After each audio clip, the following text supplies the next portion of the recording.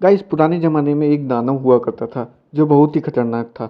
लोग उसे क्रैकन के नाम से जानते हैं। वो बहुत ही विशाल हुआ करता था। लोग कहते हैं कि वो इतना विशाल था कि एक द्वीप के बराबर हो सकता था। स्कैंडिनेवियाई पौराणिक कथाओं के अनुसार क्रैकन की लंबाई करीब 1 मील यानी कि लगभग 1.5 किलोमीटर है।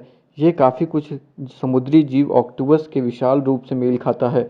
इसका हर फन सैकड़ों क्विंटल का बताया जाता है। कुछ कहानियों में तो क्रैकन को एक द्वीप के बराबर बताया गया है। 1250 में क्रैकन के बारे में नॉर्वे के वैज्ञानिक ने अपनी किताब कॉनुंग स्कग्सजा में जिक्र किया था। उन्होंने लिखा था कि क्रैकन जितने विशाल होते हैं उतनी ही बड़ी उनकी भूख होती है। वह अपने आसपास की सैकड़ों मछलियों को एक साथ निगल जाते हैं। स्वीडिश लेखक जैकब वॉलनबर्ग ने 1781 में अपनी कहानियों में क्रैकन का जिक्र किया था। उन्होंने लिखा था कि यह अपनी विशाल नाक के जरिए पानी पीता है और समुद्र में उठने वाली बड़ी भंवरों का कारण बनता है।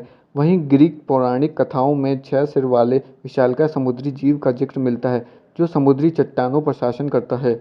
लेकिन इतिहासकारों का मानना है कि पहले समुद्री वैज्ञानिकों के पास सीमित संसाधन थे, इसलिए क्रैकन की वास्तविकता के बारे में ज़्यादा विस्तार से जानकारी नहीं मिली।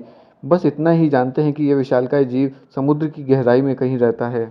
जुलबर्ग की किताब 20,000 लेग्स अंडर द सी में स्क्विड नाम के जलीय जीव का वर्णन किया गया है। हालांकि यह बहुत छोटा है, पर इसके हमला करने की प्रकृति पौराणिक क्रैकन से मेल खाती है। उन्होंने लिखा कि क्रैकन इतने विशाल हैं कि 5,000 टन के जहाज को अपने एक बार में तोड़कर समुद्र की गहराई में धकेल सकता है। डेनमार्क के प्रकृतिवादी जपेटस स्टीनस्ट्रूप्स ने स्क्विड की जांच की। उन्होंने पाया कि यह 8 सेंटीमीटर लंबा है और उसकी चोंच व अन्य शारीरिक गतिविधियां क्रैकन से मेल खाती हैं। उन्होंने अपने शोध में स्पष्ट किया कि सदियों पहले क्रैकन का अस्तित्व था और स्क्विड उसी का छोटा रूप है। उन्होंने अपने शोध में स्क्विड की 21 प्रजातियों का जिक्र किया है। उन्होंने क्रैकन को आर्कीचुथिस डक्स यानी विशाल स्क्विड कहा है। उन्होंने कहा है कि ये इतने विशाल थे कि जब समुद्री सतह से वापस गहराई में जाते थे तो बड़े भंवर का निर्माण करते थे जो अपने साथ हर चीज़ को नीचे की ओर खींचता है।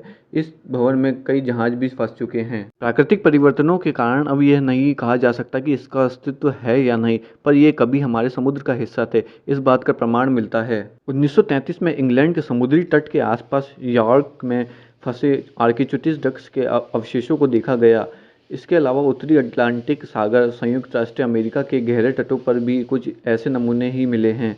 शोध में स्पष्ट हुआ है कि यह एक सुस्त किस्म का समुद्री जीव है जो हमेशा हरकत नहीं करता।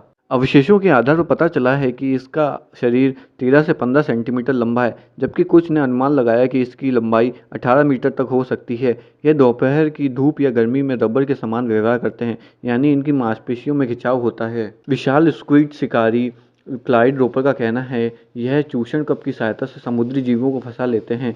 यही इनके आहार का तरीका है।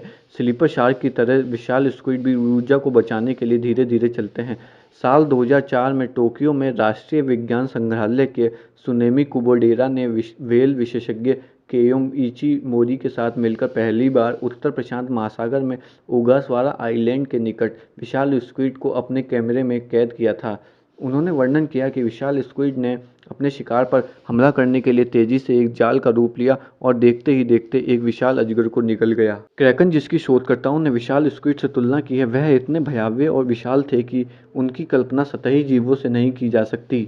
वे डायनासोर काल के थे और अब माना जाता है कि प्राकृतिक परिवर्तनों के कारण उनका अस्तित्व विलुप्त हो गया है।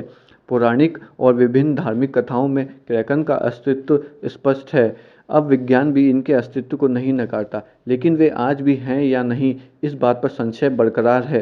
हालांकि 1930 में 3 बार ऐसी घटनाओं की जानकारी मिली जहां जहाज पर विशाल क्रैकन ने हमला किया और नाविकों सहित पूरे जहाज को समुद्र की गहराई में ले गया। क्रैकन इतने बड़े और विशाल थे कि जहाज को पल भर में यानी कि कुछ मिनटों में ही तहस नहस कर देते थे। ये अभी भी इस दुनिया में हैं, इस बात की पुष्टि नहीं हो पाई है। गाइस, ऐसे ही और अमेजिंग वीडियो देखने के लिए चैनल को सब्सक्राइब करना ना भूलें।